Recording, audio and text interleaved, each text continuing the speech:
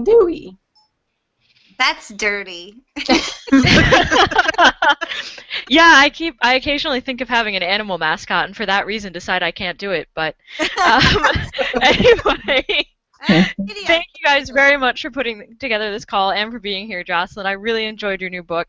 I'm always interested in hearing about the research authors do. So I was curious if I don't know if you guys do research on maybe Indian religion, if you had to do any research on the foster care system, but I thought you might have some interesting research stories to share. I'm not a musty tomes kind of researcher. I'm a hands-on kind of a researcher, which I mean a lot of interviews and a lot of visiting. A lot of this started because of my work. My interest in this book came from two places. I work with a group called Reforming Arts, and I teach literature and creative writing in Lee Arundel State Prison. It's a lady prison. I'm not sure I would feel comfortable going into an all-male prison. It's a women's prison, and I started, I mean, just what the prison system and our very broken justice system, what it's doing to families, got me interested in that. So a lot of that research happened before, just through experience. And then I had a yoga teacher named Astrid Santana who would say story time before we would take a yoga class, and she would tell these Hindu god stories or tell a section of the Ramayana, but she would tell it using like Southern oral tradition. And it was such an interesting juxtaposition. I started reading the poetry and the mythology and researching it, and I was already writing this book about the justice system, and it just took a sharp turn east. And of course, there was a lot of reading and research that happened after that. Very cool. Thank you. Thank you, Katie. That was a really great question. Yes, it was. Yeah. Thanks. So next we have Charlotte from A Soccer Mom's Book Blog. Hey, Charlotte. Oh, maybe. Oh, she's not with us. All right. Well, let's go to Andrea from Good Girl Gone Redneck. Hello.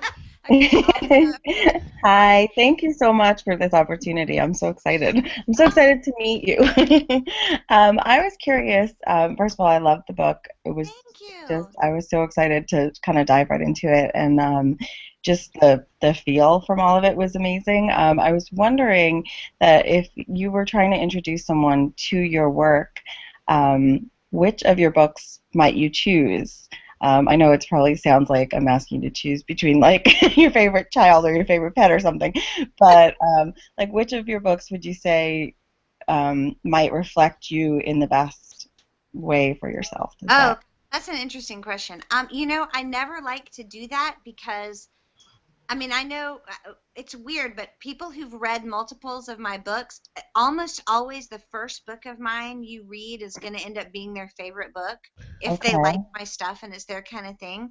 And I think it's because, I love John Irving, but he can never surprise me with a bear. Like, I'm not going to be like, what's this bear doing in a... I'm like, it's going to be just bears freaking everywhere. And in the same way, if you step into one of my novels, you're going to be looking at redemption. You're going to be looking at the mechanics of grace. I'm always interested in non-traditional or broken parental-child relationships. I'm always interested in, how far a person can go into the black and what are the little lights that call them home.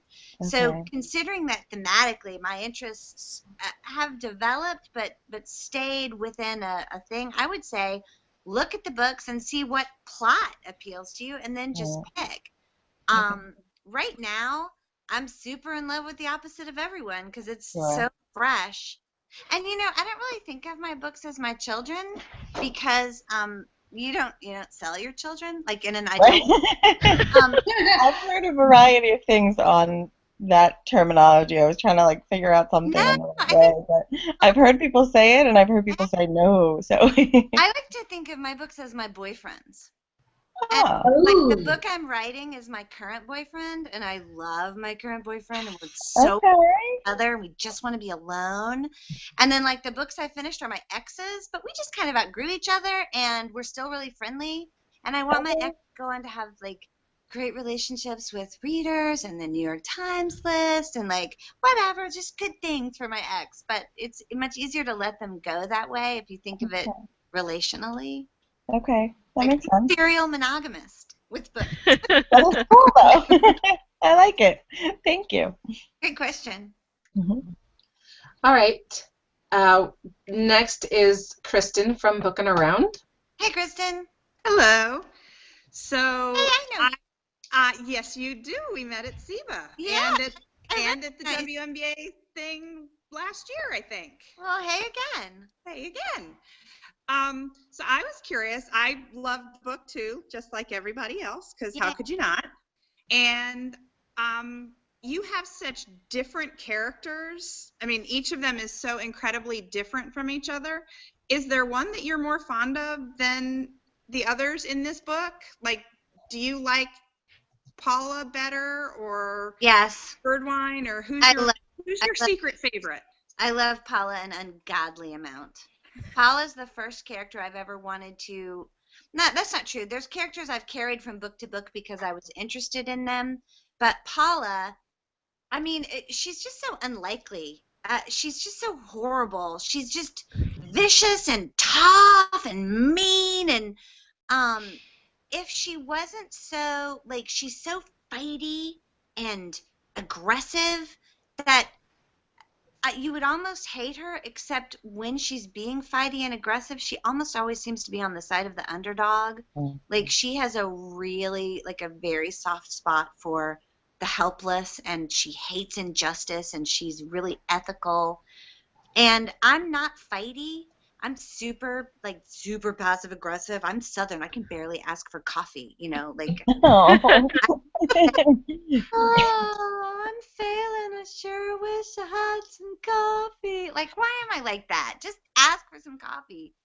And Paula is just really bold, and it's so freeing to write. I want her to be my spirit animal. I love her. Well, she was fantastic. I love how she goes after those men, and she just goes in and lets them hang themselves. Yeah. And I also have to say, I love the cat trick that the one wife pulls, where she gets the black and the white cat. I love that. That was genius. Yeah. Thank you. Murder kittens. Yes, the murder kittens. Yeah. No kittens were harmed in the making. But I do like murder kittens. That was awesome. Yeah. All right. Next up, we have Cindy. Will be our last in this group. Cindy from Thoughts on This and That. Oh, okay. I'm in this group. Oh, good. Okay.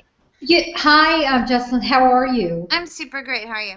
And at the risk of being redundant, I'm going to be redundant. Of course, I love the book. Everybody loved the book, and I love the book as well. Okay. And but you know what? I always like to ask questions that show your personality too, because I've listened to everybody else ask about the book, and I like to know something. Like, for instance, you know, you go on tours and whatever. I want to know something like, what's the wildest thing that has ever happened to you on tour, like on a book tour? Oh, Lord. Yeah.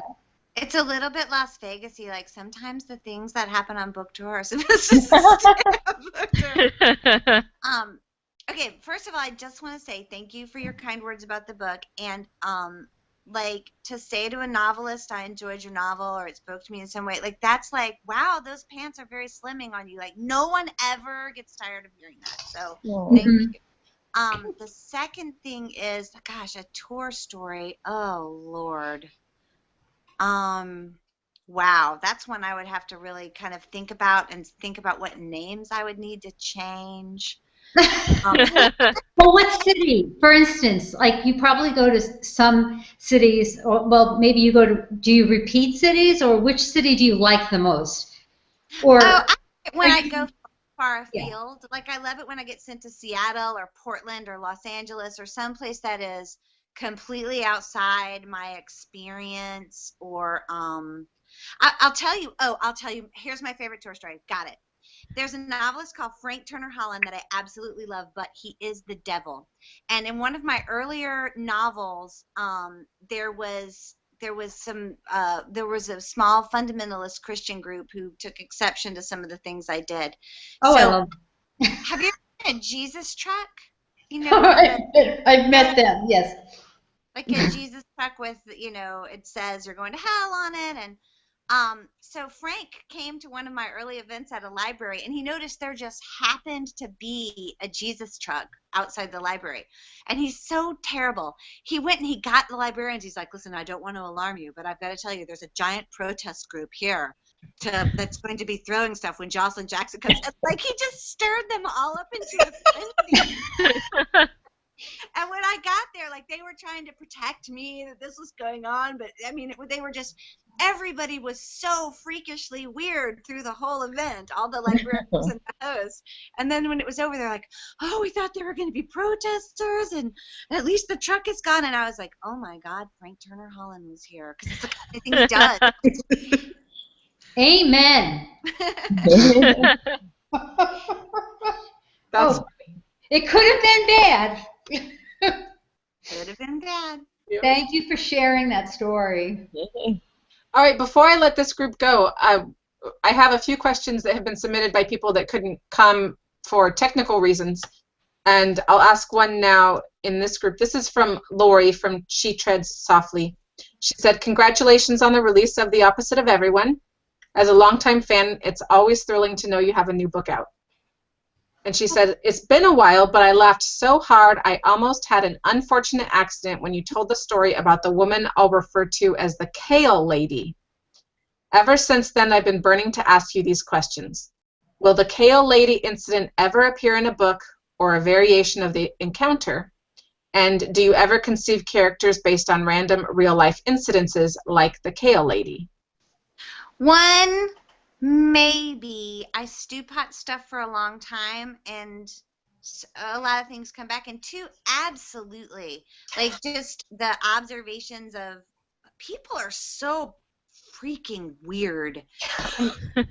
I love eavesdropping. I mean, I know that's wrong, but I really do love it.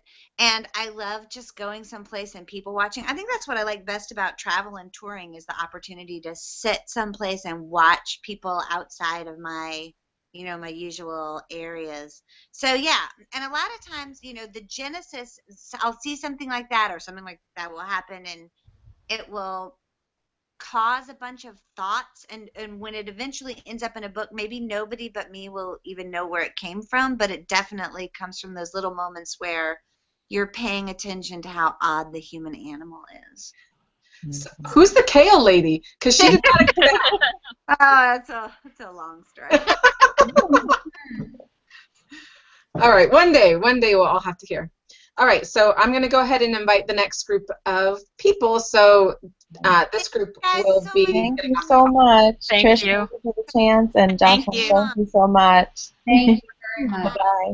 Bye. This has been great. Oh, I've enjoyed it too. Really good questions. Thanks.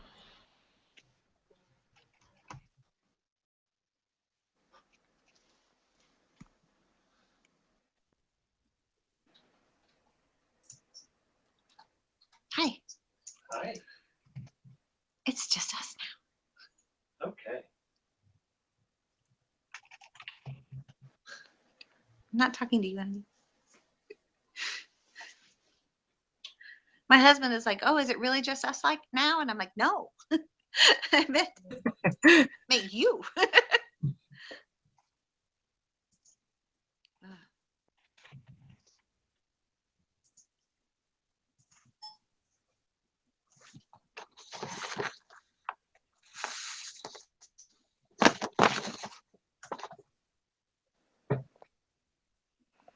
All right, so we should have 4 people joining us. Actually, I'm going to add one more person.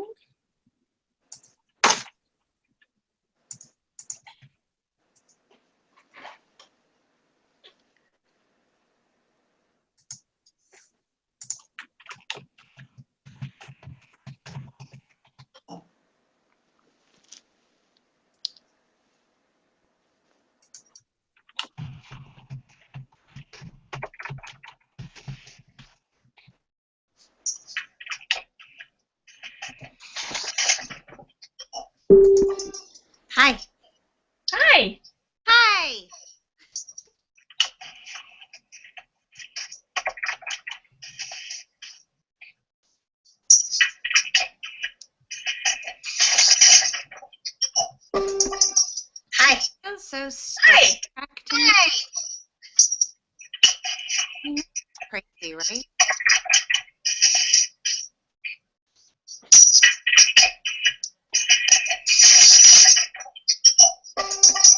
Hi. So Star Trek to me. Crazy, right? I think there's some feedback. Wow. Jen, why don't you leave the call and I'll invite you back? Okay. I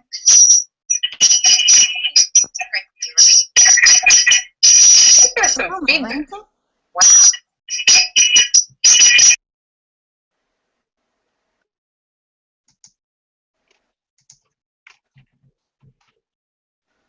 That was like a remix.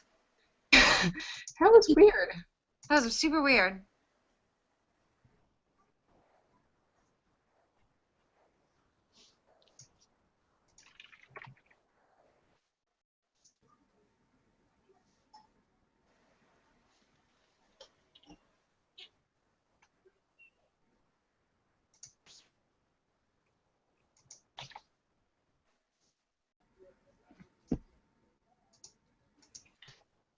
Hello? Hi. Hi. Hey, Jen. Okay. Hi, Maria. Hi. This is the first time I've done this, and I'm not very good at it. That's okay. This is great. I think this is the first time I've done this.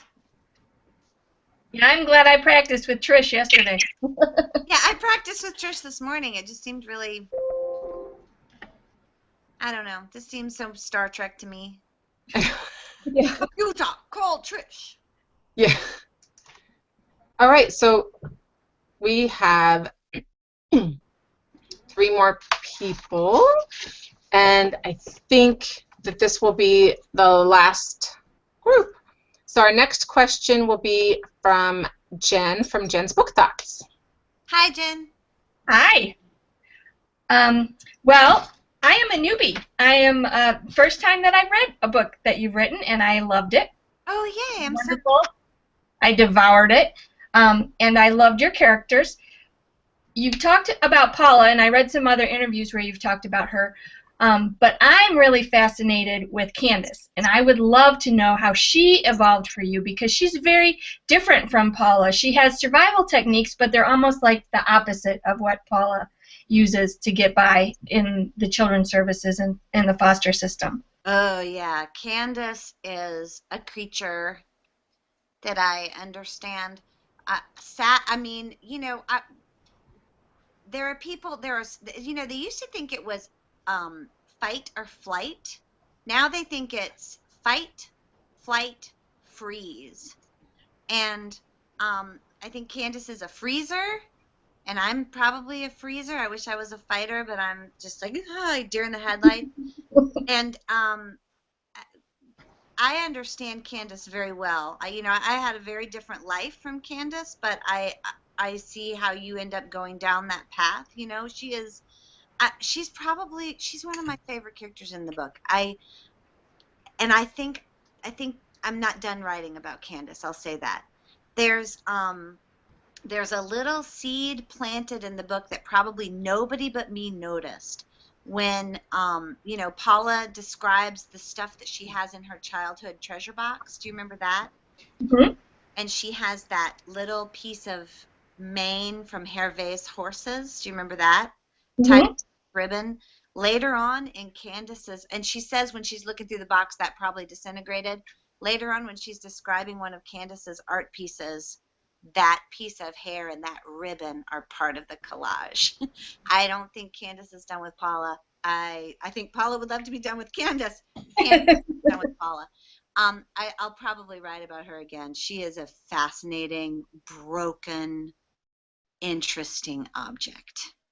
Well, I thought that you left her situation pretty open-ended there at the end, and her art I thought was really fascinating because, and obviously I wouldn't talk about this in a review or anything because it is at the end, but yeah, how she's taking all of these unwanted pieces and putting them together to make something beautiful, and that's kind of the end of the story, that these unwanted people became something beautiful.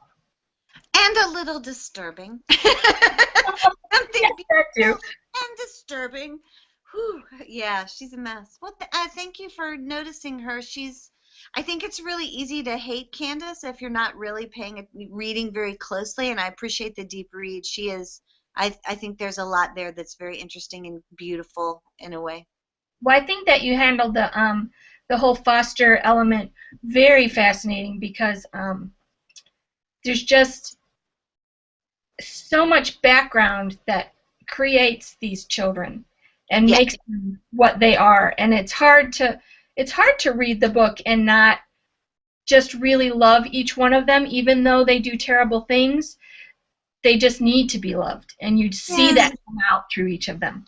Yeah, they're children. They're children. Oh, it's awful. Yeah. Yeah. Thank you.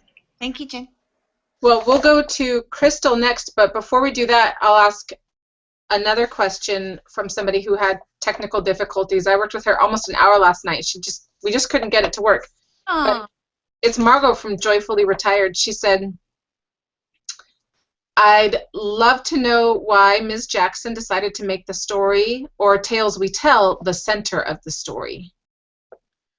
Well, in a lot of ways, it's about it's a book on a really literal level about inventing yourself and how much of our destinies, or how much of who we are, we actually control. And I think that, don't you, be honest, Trish, don't you have a couple of stories, like your best stories, that when you meet someone, there's a certain point, and if they're going to end up being your friend, or they're going to matter to you, you're going to tell them one of those stories. Some of them are really sad, some of them are really funny, some of them are revelatory about who you are, but they're stories you tell over and over again. Do you have stories like that? Oh, yeah. Well, the thing about memory is, I was researching memory a lot while I was doing this book. Like, probably the story you're telling never happened. Right. Or a version of it happened, but it's gone through the filter of years and the filters of your identity. And I'm just very, very interested in how narrative shapes identity. And so I was kind of doing two things. I was looking at collective narrative, like how our mythologies and our beliefs and the stories we tell ourselves and each other about, like, how the world works, and then our personal stories and how that all shapes who we are. Does that make sense? Oh, yeah. It's interesting to me because I have a friend who has 6 kids, and she tells the story of how one of her kids brought up one year about how she spanked him. And she said, I didn't spank you. I didn't spank any of the kids. And all the kids said, yeah, Mom didn't spank us. And he said, yeah, you did. You spanked me. But nobody but him remembers that. And she says it never happened. So it's like, well, what did happen? And what becomes our reality might not actually be reality, but it is reflective of who we are. Yeah. I think it's metaphorically true. Like, maybe she never spanked him, but he's got something that he feels a grievance about, and that's the image that he's not chosen, but the image that has resonated with him as he tries to talk it through with her. Like, the way I don't know. And so you take this mother, Kai, who deliberately reinvents herself and her daughter every year, just slipping in and out. She definitely has a personality disorder. Yeah. And so when you grow up in flux like that, like Paula, I think, is so emphatically herself and so relentlessly truthful and emphatic about things because she has chosen who to be, I think, more than a lot of us get to. Yeah. Yeah, that's true. So she had one other question, and I'd love to hear what you have to say. She said, I love the character of Zach Birdwine. Where did he come from? Is he modeled on a real person? Kinda.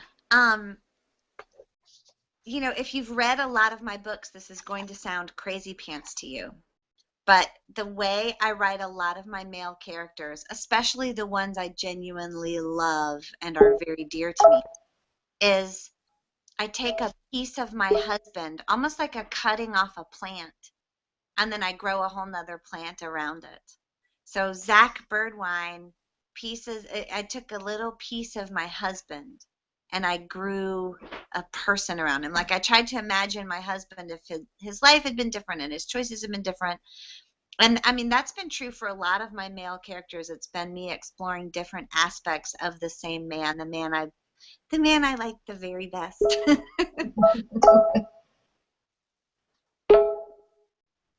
Hi. All right, we'll go ahead and go with Crystal from Dreams, Etc. next. Hey, Crystal. Hi. This was also, for me, the first book of yours that I read, and I really enjoyed it. Okay. I'm really excited because I have another book of yours on the shelf that I can read soon. Ooh, which one is it? It's, I think, The Girl Who Stopped Swimming. Oh, good luck. It's spooky. Okay. I'm excited. So my question is, the opening lines of this one caught my attention right away. And I find that I tend to analyze the beginnings of novels quite a bit. And I really liked how, like, the first couple lines of this book. I felt like it really pulled me in and kind of introduced me to the character really well. And so I was wondering, did you know did you have those first couple lines in mind as you started writing, or how long did it take you to perfect the beginning? The first line is the line I wrote last, actually. Really? Yes, and that's not unusual. First lines are if you look at any of my novels, the first line, I always believe that maybe not always quite so literally, but I believe that the ending must be contained in the beginning. Like I believe in that Harry O'Connor inevitable yet surprising thing. So the first line of the book when I started writing it is a line that actually comes 2 or 3 chapters in when Paula says about Kai. She says, I measure the years of my childhood and my mother's boyfriends, and she starts listing the boyfriends tick, you know. And that was my jumping off point, was the idea of this reinvention every year based on who the mother had decided to be for the man that she was with. And the Eastern storytelling came later, and so then, you know, the Kali imagery got up in there, and it wasn't until I got to the end of the book that I knew how the book should begin. And that's not unusual. My first lines are always that way. I always try to contain the theme and the inevitable surprising end within that beginning. Okay. That's really cool. Thanks. All right, we'll go. Next will be Maria, but first I'm going to ask a question that somebody else who's having technical difficulties wanted me to ask. This was from Sabrina Kate from Novel Escapes. She said, they say write what you know, and admittedly I have never been to the South, but given the absolutely unique characters in your books, I've often wondered, do you know anyone like this, or is your imagination just that good? Well, you know, I mean, I was blessed with a large and colorful family. My parents are kind of the salt of the earth. Like, you could put my parents on popcorn; they're that salty. But they come from big tribes of unique individuals. And I grew up here in the South, and I grew up in the small town South and the rural South. I live in the urban South now. I've lived in the urban South on and off. Like, I tend to live urban and then go country, and I like to be really, really country or really, really urban, and I kind of go back and forth. But I mean, I grew up in the small town rural South, and I know these people, and it's not like I ever put my Aunt Susan in a book. Like, I'm not like, oh, now I'm going to put my Aunt Susan in a book, but there's about 17 lines that are straight out of Aunt Susan's mouth and 17 different characters over the 7 books I've written. One of them has Aunt Susan's hairdo from when she was 15. I know one of them has my mother's prom dress. My Aunt Mag's rocking chair shows up. So, like, all these little bits and pieces work their way in, not in a holistic way. Like, I never write a person I know, but I'll give one of my characters a line or a quirk or an image that decidedly comes out of just steeping in the weirdness that is the South. That's fantastic. I'm sure we all have relatives like that, or friends or something, where we could just, it doesn't have to be the whole person, just something Just small. that moment, yeah. Yeah. Yeah. All right, we'll go ahead and go with Maria from Queen of All She Reads. Hey, Maria. Hi. Well, I guess my question has to do with you kind of sort of answered it, which is on the character of Kai and about her constant need to reinvent herself. Like every year, she was, different, and the baggage that it causes, for the family that's around them, like the daughter. In a way, it kind of reminds me of a movie I saw where that kind of sort of happened a little bit. And I guess my question would be, um, how much of Kai's character, or is she a composite character of a bunch of different people um, that you knew? Because Southern women tend to be, I don't know. I always think of Southern women as like, the steel magnolias, they're very nice on the outside, but there's a kind of like a steel to their character. And Kai is completely an invertebrate. Yeah. So it's kind of like. Yeah. I hate to answer this question truthfully because it doesn't reflect well on me. But Kai is the character I probably feel the closest to. Okay. And I think that, uh-oh. Is that the kitten? Sorry, the kitten is climbing my chair in the back. Lord. Oh, he's just climbing around underneath. Sorry. Anyway, Kai, she is. Yeah, I started as an actor, and in a lot of ways, my novel writing is so character based. I mean, I always explore theme, and I love a good twisty plot, but character drives my books. And yeah, this is a big thing for me. Oh, good. Yeah, because I'm a character-driven reader, so. Yeah, me too. And I think it comes out of being an actor because it's weird.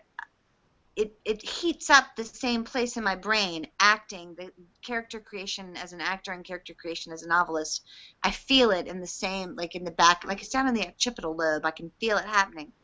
And Kai, well, first of all, my dad was military. So for the first 10 years of my life, I lived in a different city every year. Okay.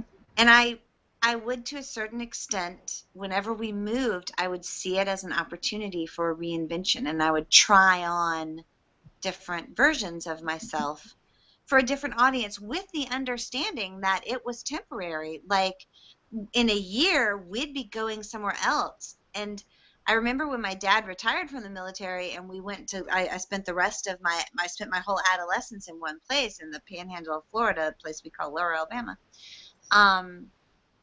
I remember being distraught because I had to pick, and whoever I was, I knew I was going to be stuck because they were saying we were going to stay there.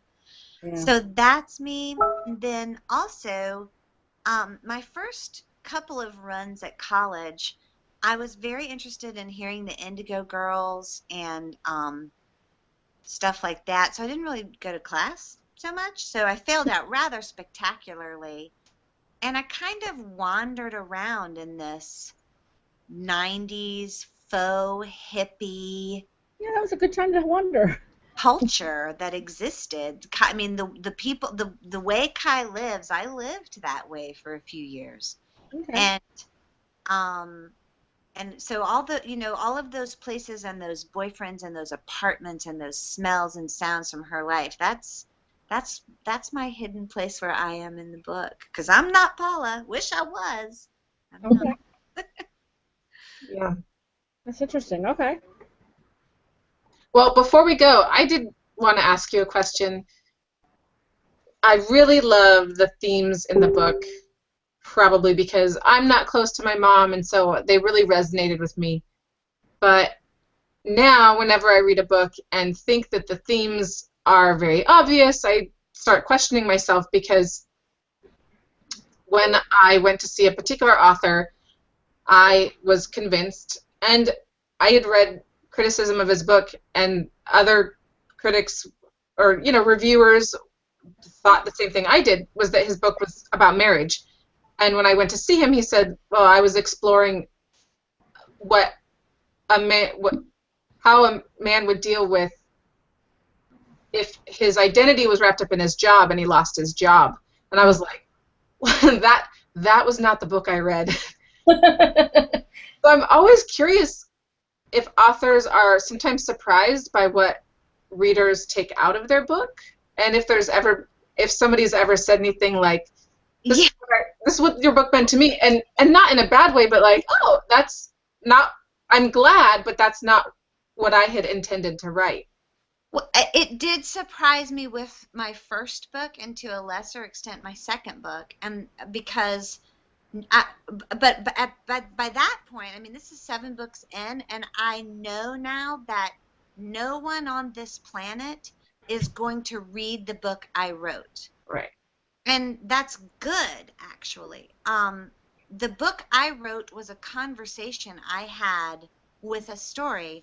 For 2 years of my life, I had this conversation about the mechanics of forgiveness, and with how narrative and story has the power to shape us, both cultural narrative and personal narrative.